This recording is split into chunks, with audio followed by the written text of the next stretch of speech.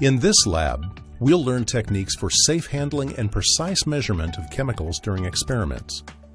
Watch closely. Remember, you may go back and review the video to make sure you understand each technique. Mastering these will help you conduct the lab safely and accurately. While conducting labs, we'll use many reagents, chemicals used to determine, examine, measure, or produce another substance. Before using a reagent, read the label and become familiar with all the safety issues relevant to handling that particular substance. Never touch chemicals with your hands. Always use a spatula or spoon. Never return the unused portion of a substance to the original container. The teacher should have a disposal container available for the surplus or partially processed chemicals. Disposal must be handled properly. Never add water to acid.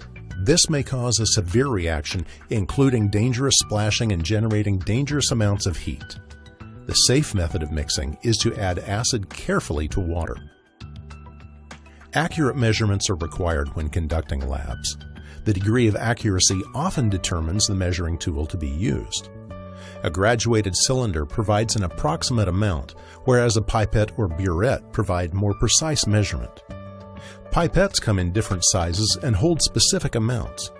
Use a pump for suction, never your mouth. A burette can be used to deliver liquids with accuracy. Use a funnel to fill it. When using the burette, make sure the tip has been filled before measuring the amount needed. When reading the amount of liquid in a burette, note the initial reading from the bottom of the meniscus. Release the required amount of liquid and read again. Subtract the smaller number from the larger number to determine the exact amount dispensed. Wear gloves at all times. Remember, you may not be the first one to use a particular bottle, and some of the chemical may still be on the outside. Care should always be taken when pouring liquids to avoid splashing a harmful substance.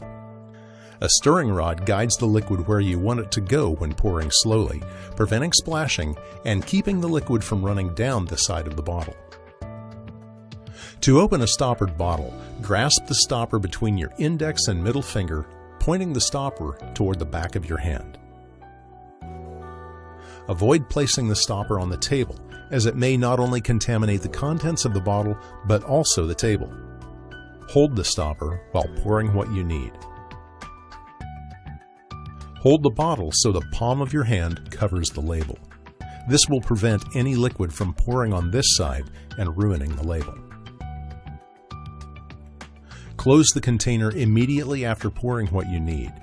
Clean off any liquid remaining on the outside of the bottle. A mortar and pestle is used to grind substances to small sizes. Grind only one substance at a time. Place the desired amount of a substance into the mortar bowl and pulverize it with the pestle. Clean the mortar and pestle well before using again to avoid contamination and safety hazards. Sometimes it's necessary to smell the odor of a contained substance, but never breathe the fumes directly. Instead, waft your hand over the product to direct the scent to you. Never smell directly. You may need to move or transfer liquids from one container to another. Extend your arms so the tubes are at arm's length and about waist height. Touch the lips of the tubes with each other and pour slowly. When a precipitate has formed and you need to decant the liquid, use the same procedure, except bring the test tubes to eye level so you can watch closely as you slowly pour the liquid, being careful the precipitate is not disturbed or transferred. Again, use a stirring rod to prevent the liquid from running on the sides of the container and possibly splashing. To separate liquid mixtures containing solid particles, we use a process called filtration. A filtrating apparatus can be made using a funnel and attached to the ring stand with a thermometer clip, and we have a beaker underneath to collect our liquid. The side of the funnel tip should touch the side of the beaker. Before placing the filter paper inside the funnel, fold the paper in half, and then in half again. Open it to make a cone having one section with 3 layers and the other sections with 1. If the solution is water-based, wet the cone with distilled water. This will keep the filter paper attached to the walls of the funnel, avoiding air bubbles which could hinder the process. Please note that you only do this with water-based solutions. Otherwise, it will hinder your filtration process. To filter, pour the solution carefully into the funnel. Use a stirring rod to direct the flow. Never allow the liquid to exceed the height of the filter paper.